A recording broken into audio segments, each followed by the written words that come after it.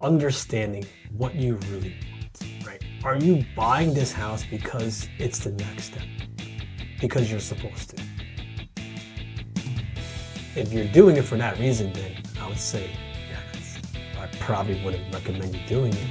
If you're buying the house because you have two small children and you want them to grow up in the same household and have a yard, yeah, those memories is not a financial. It's not. There's no number to it. Welcome to the Teacher Money Show, the podcast dedicated to helping teachers navigate your unique financial challenges and unlock your financial superpowers. I'm your host, Sean Morgan, a full-time educator and personal financial coach and speaker. And I'm here to help every teacher, whether you are a seasoned teacher looking for fresh insights or a new educator navigating your first paycheck, to have a richer wallet, classroom, and life. I'm super excited to have Ray Tran on the show today. Ray is a financial literacy school teacher, as well as a wealth and real estate coach and real estate investor in Brooklyn, New York. We've had Ray on the show before. It was an awesome conversation because he showed us that you can be a teacher and build wealth at the same time. And we said that we wanted to bring him back and discuss another topic, which was specifically renting versus buying. And as promised, here we are going to talk about whether or not you save money by renting or buying. Ray, welcome to the show. So glad to have you.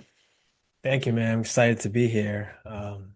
Definitely remember us mentioning that you'd invite me back on, and here we are. And that's uh, a highly debated topic that I'm glad to give my personal take on. Yeah, I mean, it's something that people are almost like willing to die for. It's just like no, you must do this and you must do that sometimes. So let's let's just start off. Is it a 100% renting or buying is, what you should do type of situation?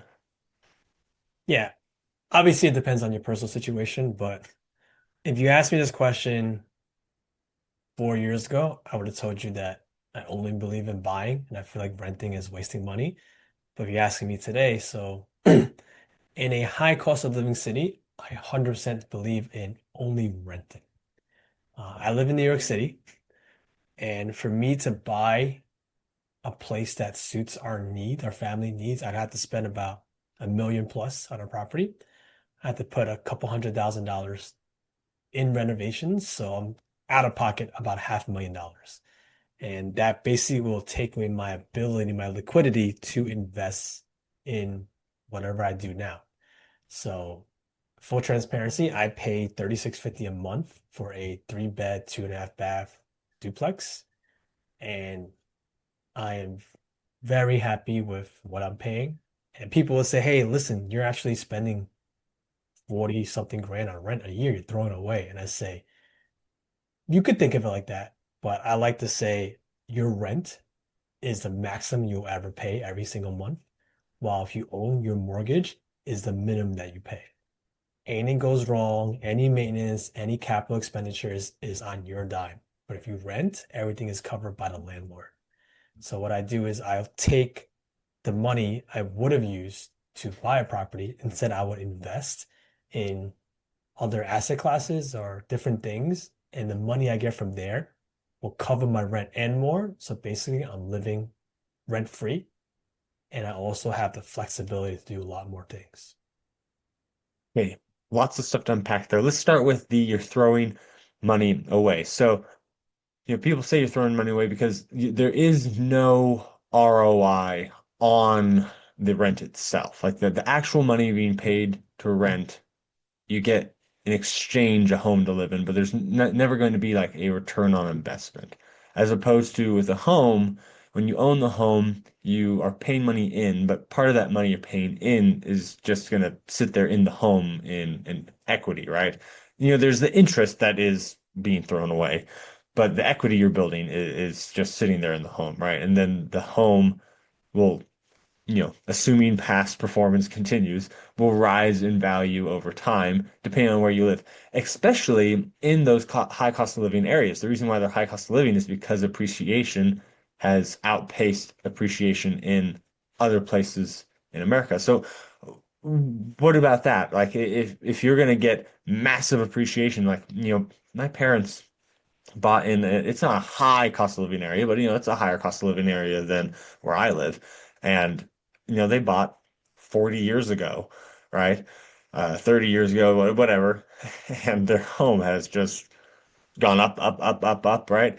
Um, and that happens in places. So would it be better to buy and hold to ride that wave of appreciation because of how much value you can have and then even exit and move somewhere else and buy a home outright using that massive appreciation after, 10, 20, 30 years?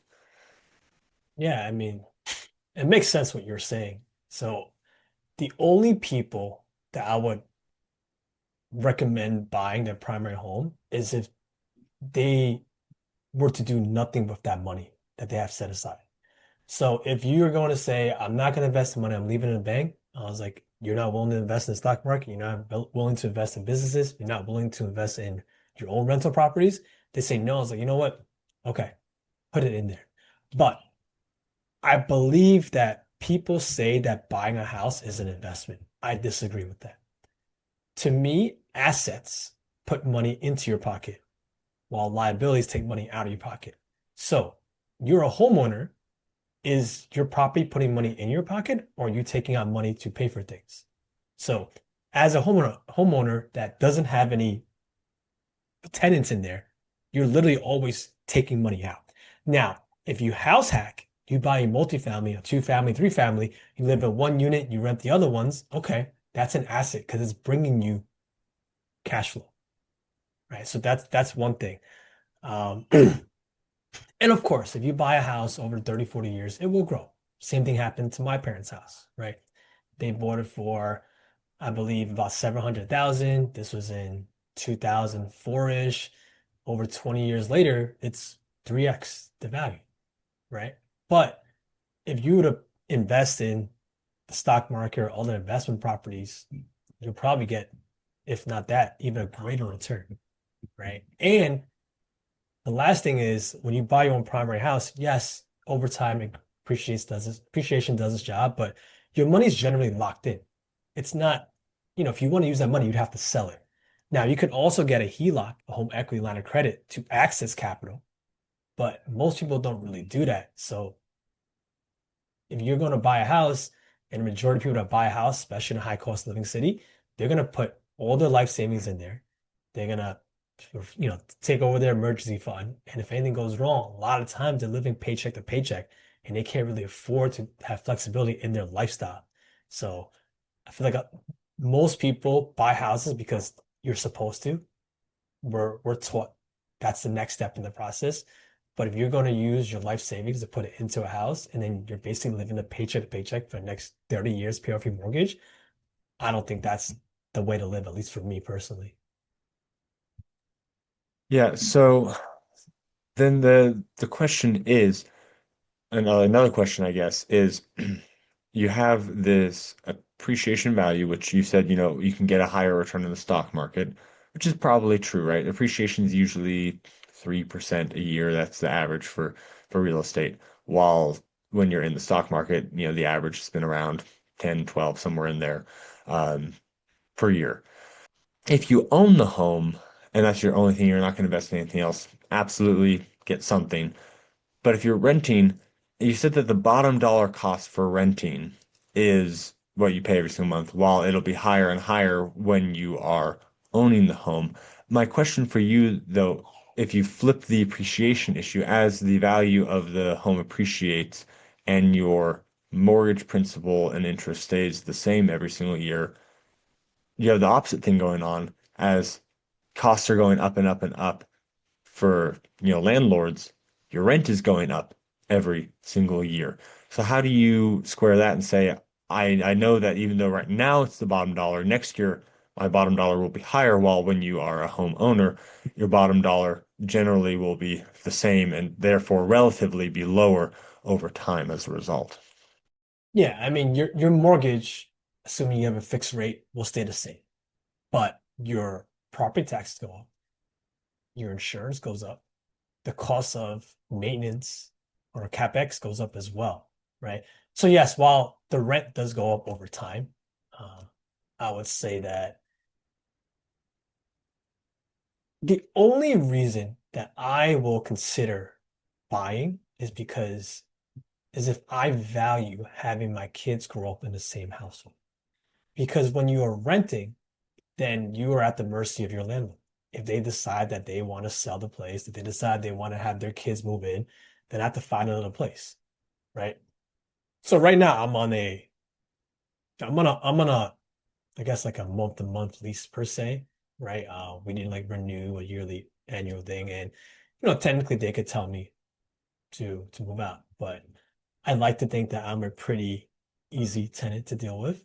I pay early every single month, and I try to take care of things, like try to be as easy as possible. So my rent can go up 3 to 4% every year, and to me, that's perfectly fine because my investments are going up 8, 10, 12, 15%, right? So I'm still beating that out. I still have that margin. At the same time, again, I'm not locking in my money into a primary home. You brought up a piece here that is, I think, something that's key because in this debate we usually talk about the money issue, right? Um, you know, the side that says we should all buy is talking about the forced savings, the power of, appreciation, and you're going to have this investment, and it's going to be worth something later. While renting is you don't have to put a huge down payment. It's the top dollar cost you're going to pay every single year, and it's all about money. But you brought up another point which had something to do with living in the same home. Like, do you want a childhood home for your kids that they can come back to, right? That is not a financial decision. That's an emotional decision, right? Are there any of these like soft decisions that you feel like makes renting or buying better besides that one? The emotional decisions, the convenience or the security or things like that that would make you lean more towards buying, but perhaps? Or are you thinking that all of these soft benefits are on the renting side? Yeah, I mean, that's something that weighs on any person, the pros and cons of what you just mentioned.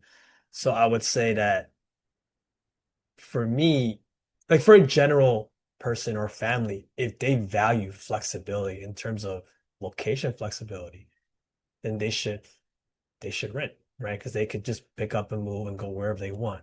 Now, I actually, we'll probably end up in the suburbs later on in our life just to have more space and everything, but I want to rent first because I want to know how the neighborhood is before I buy, right? I think a lot of people will buy a home in a neighborhood that they never lived in, and they have like, people say, oh, they do their research, but nothing is like actually living there, right? You may live there and buy a place, and your neighbor could be a nightmare, and then you're kind of stuck. Well, yes, you could sell it, but most people, when they buy a house, they're going to stay in there for a longer period of time, right? So if you're able to rent and kind of use that experience in that neighborhood area and then decide, hey, this is actually a neighborhood I want to be in. Like I kind of like the parks in the neighborhood, I like the schools, I like the people, and that will allow you to make a more informed decision rather than just buying.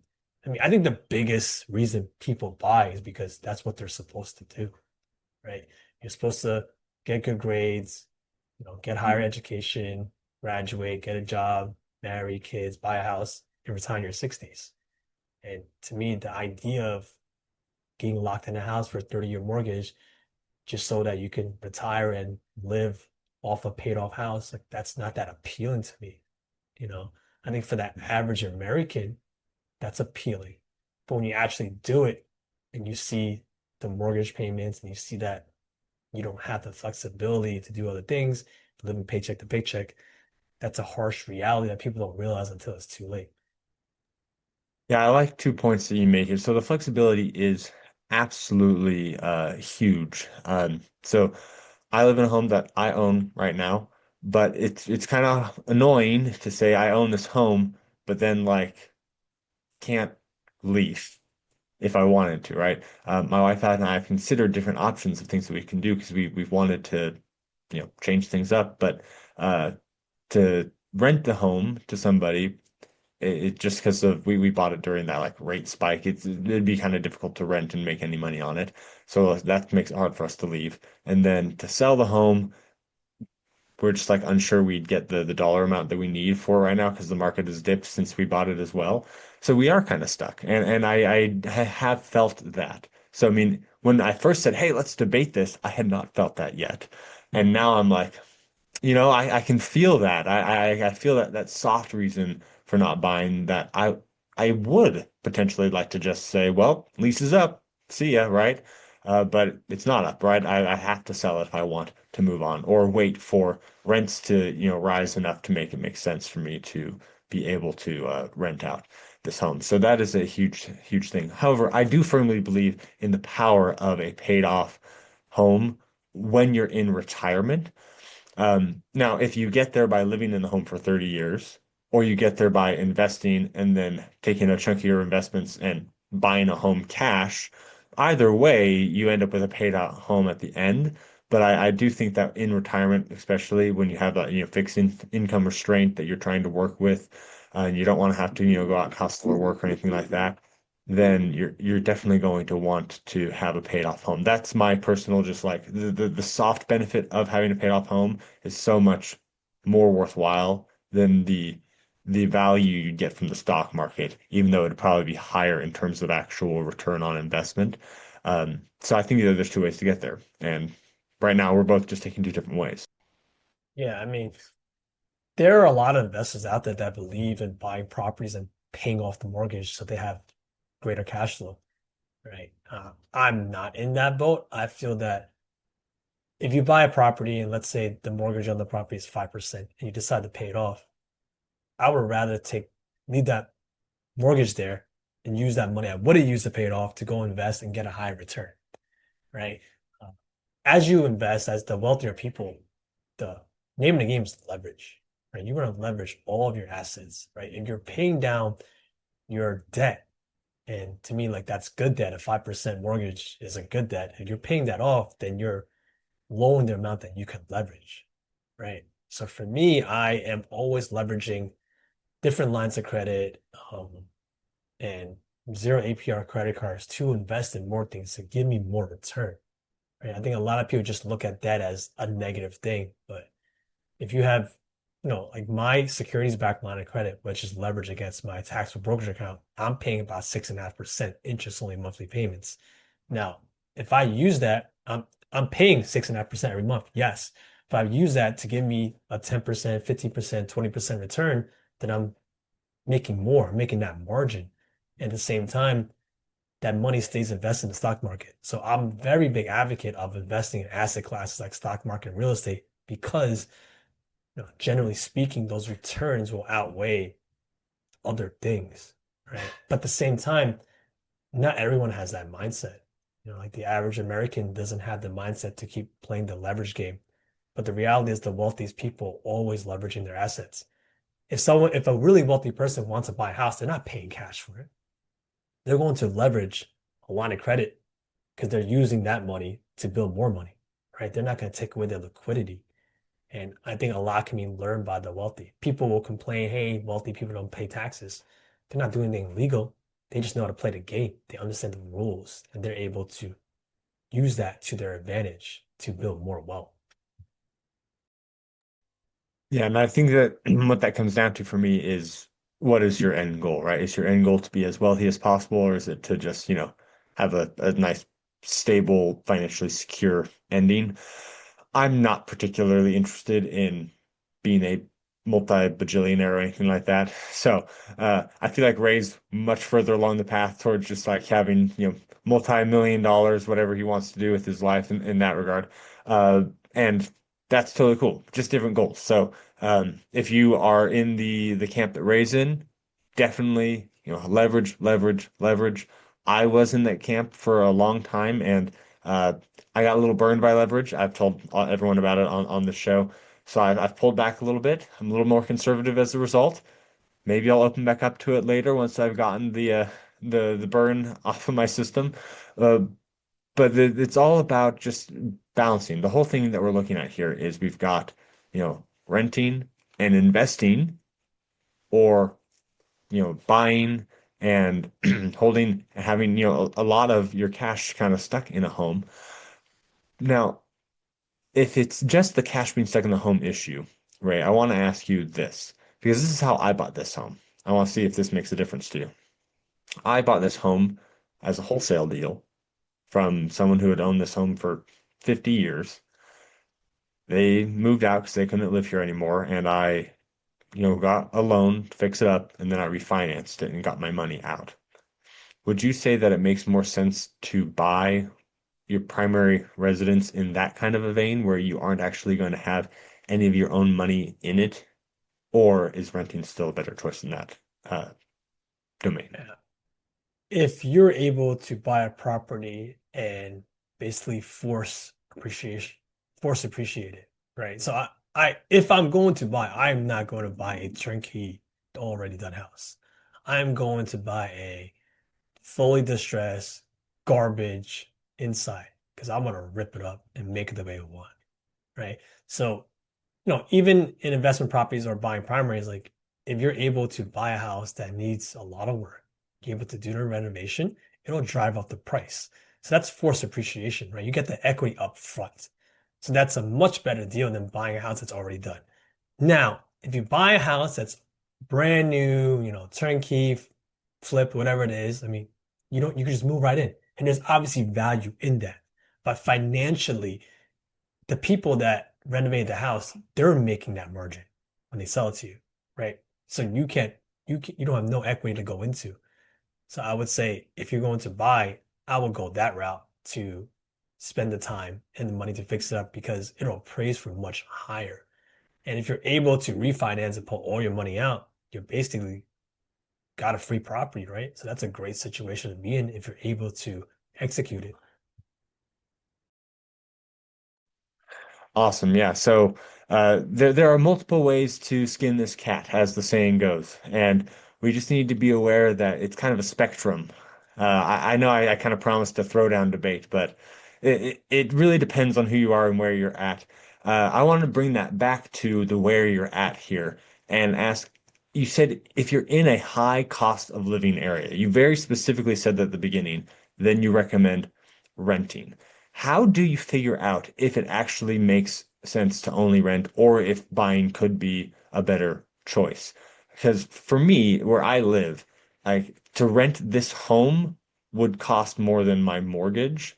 And it's kind of a toss up in some situations, and in other situations, like I had another property that was, 3 bedroom, two bath on 5 acres of land, and I was paying like $700 a month for my principal, interest, taxes, insurance, all of that stuff. And then you could not rent a 3 bedroom, two bath home for that much at that time. So it really made sense to buy in that situation. What are your thoughts, Ray, on when buying versus renting makes sense? Yeah, I mean, if the amount that you pay in your mortgage, your PITI is principal, interest, tax, and insurance will be less than your rent, then that's probably a good indicator that you should probably rent. But at the same time, you do have to factor in the other costs of buying, right? If you're able to get a FHA loan, 3.5% down or low money down, then that's more appealing because you're putting less money into the deal, right? If you have to renovate it, then if the roof is old, if the house is old, like that's something that those are all things you have to consider when you analyze your deals, right? I would say numbers don't lie. And so in a low cost of living city, it is much more appealing to buy, right? But if I were to buy in a low cost of living city, I would look to buy a multifamily. I would want a house hack, right? So if you're single, you could buy a house with 3, 4 bedrooms and rent out the other bedrooms. Have roommates, right? They could pay down your expenses, or a lot of times you could live for free. That's a great situation because in addition to, you're basically cash flowing on that property with the roommates, and then you're able to get the principal paid out over time, able to get the appreciation and you're able to get the tax benefits. If you're a family, then you may want to buy a multifamily house with multiple units so you can live in one and rent out the others. Now, a lot of people are afraid of being a landlord. There's nightmare scenarios, there's nightmare stories, right? So it really just depends on what you're willing to do. But renting, if your rent is the only mortgage, yeah, that probably makes sense. But if you buy and you house hack or you get a multifamily and rent it out, that's even more appealing, right? So I would say there's a lot of different ways to skin a cat, like you said, but just being aware of these possibilities, these opportunities, and these situations will help you make a more informed decision. Yeah, and there are like rules of thumb. Like I think you take like the median home price divided by your yearly, rent cost, and there's like a factor you consider and all that kind of stuff that you can put in. But really it comes down to this. If your mortgage, principal interest taxes and insurance is less than renting, plus a margin for CapEx, right? Your roof, your water heater, your all those things, other minor repairs. If that margin is there, then the benefit, especially since over time you're going to have that greater and greater equity position in the home, is super powerful. Uh, but if you are right there in the middle, if you have more of those soft choices, like oh, I really want my kids to have a childhood home, then you go towards buying. Or if you're like I want flexibility, go towards renting. And then if you're I totally agree with Ray. I would never buy in New York. I would only rent there because it's just so prohibitively expensive there that it makes sense to rent. In that situation, you would uh, definitely rent. So there's that kind of sliding scale that you can figure on as you're following that kind of logic. Now, does that mean that if you're in a low cost of area, you can't rent? If flexibility matters most to you, then absolutely. And if you just have a very strong emotional attachment to buying and you feel like that is the end, most important thing, then you can buy in a high cost of living area, just knowing that it's not necessarily the most mathematically optimal choice for your future. But we are allowed to make not mathematically optimal choices. We just need to be aware of that when we are making those choices. Yeah, you mentioned something earlier about, you're not looking to be a bajillionaire, right? And that's perfectly fine. So, my wife and I do quarterly goal states where we go through a set of handful of questions, and one of them is, what is enough, right? And if our enough is whatever we have now, then like I don't really have to go crazy and take high risks and leverage like crazy. But if our enough is not this, we want more, then yeah, there's more risk involved. Or maybe our enough is less than this, then we're good, right? We don't have to do anything crazy. So I think it's really important to be aligned with your partner and just say, hey, is this the life that we want? Do we want something more? Is something less okay? If you want something more, are you okay with me working 80 hours a week for the next 5 years? So I literally asked my wife, like, I could probably just grind like crazy in the next 5 years, work 80 hours a week and make millions of dollars a year. And I was like, how do you feel about that? She's like, I would resent you because you wouldn't be here as a husband and father.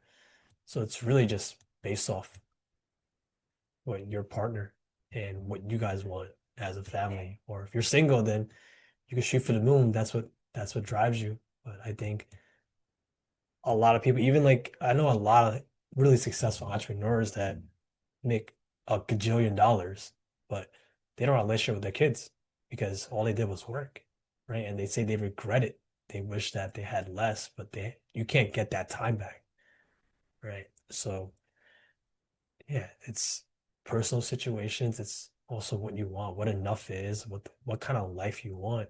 And there's nothing wrong with saying, hey, you know what? I'm just gonna buy a house and let it sit and 30, 40 years, be enough money for me to retire on. I could give it to my kids. There's nothing wrong with that, right? But if you want to build wealth, that just having the knowledge and people around you that can help guide you to go that route if you choose is also very powerful. Love that. I feel like that's a great ending thought for our debate here, unless you have another piece that you'd like to bring up about the renting versus buying that people should consider when they're making that choice. Yeah. I mean, I think that just understanding what you really want, right? Are you buying this house because it's the next step, because you're supposed to? If you're doing it for that reason, then I would say that's I probably wouldn't recommend you doing it. If you're buying the house because you have two small children and you want them to grow up in the same household and have a yard, yeah, those memories is not a financial, it's not there's no number to it, right? That's why you mentioned like the soft things, right? But at the same time, if you are to buy, I would recommend renting or like being in that neighborhood first, right? So you're aware of what it's like to live there because like you said, when you buy a place, you're kind of locked in. I mean, yeah, you could technically sell it, but there's a lot that goes into that question as well of selling the whole process. And you just want to be sure that that's the area you want to spend the next long, 5, 10, 15, 20 years in, right? Um, I would say there's nothing wrong with renting. I think a lot of people say renting is throwing money away. I strongly disagree with that, right? You're paying for the amenities, the space, and all that. And at the same time, that is the maximum you'll ever pay. Like, you know exactly what your housing expense is. When you're a homeowner, your mortgage is the minimum you pay because anything else that goes wrong, it could go more and more money. So I just think that having that education, having all the information at your disposal, having a conversation with your partner, if you do have a partner, and just understanding, is this what we really want? Or is it because my mom and dad told me that's what we're supposed to do? So make decisions that is for you and not for anyone else, or not because it's the next step in life. I love that. This has it's been a great conversation. If you are interested in the real estate path to growing, wealth in real estate, I can talk to you about that. Obviously, I do, coaching. Coaching is much more based on getting your financial situation, just, where you want it to be, so you can start building wealth, using your retirement accounts, using your investments. If you want to know about investing in real estate, I would recommend you talk to Ray. Ray is obviously successful. He's crushing it. He's teaching and doing it, so he knows how to, balance both. So Ray is the resource for that. So Ray, if a teacher has a question for you about, real estate and wealth generation, how can they get in contact with you? Yeah, I'm on all social media platforms under rt.invest, plural at the end. You can go to my website, rtinvest.com, or you could just email me, ray@rtinvest.com. I do give free consultations for anyone that's looking for wealth coaching in any way. And I just think that a lot of people look to get free resources to do things, and there's nothing wrong with that. But at the same time, if you're able to work with someone that has done what you want or beyond what you want to do and you can get that guidance, it's really worth it. I've invested tens of $1,000s on, my coaches and my mentors, and it's really pushed me forward at a much faster pace. I would say that you're going to pay tuition no matter what, whether that's going to be to a person who can get you there faster or in the mistakes that you make along the way. So, if you are wanting to do this, I would recommend paying the person instead of paying for the mistakes as you go. Ray, uh, my last question I ask all my guests is simply this. What is your number one tip for teachers to have a richer wallet, classroom, and life? I would say invest in your education. Now, people think of education as just going to school. I think education as in learning. Always be open to learning, whether it's from the teacher next door to you, whether it's from someone that you met at a meetup, you know, pick their brain, see what they did to get to where they are, and also understand that not everything they did is right, right? But I feel like if you're able to have a lot of conversations, read a lot of books, listen to a lot of podcasts, and see all different situations and how they worked out, you can resonate with someone, or you can resonate with certain parts of different people's stories, and that can be implemented for you. So I could sit here and say, oh, invest in your 403b, invest in your Roth IRA, buy rental property, but I think the biggest thing is just the education information that you can learn to help you make the best informed decision. What a fantastic piece of advice. Ray, thank you so much for coming on the show. It's been a ton of fun. Absolutely. Any other topics in the future, you know where to find me. Wow, wasn't that a fantastic episode? Thank you, Ray, so much for coming on the show. Now, time for my clip notes, my top takeaways from this episode. Number one, buying makes sense in low cost of areas, renting makes sense in high cost of areas. That is an important thing to keep in mind that depending on where you live, it might change mathematically what makes more sense.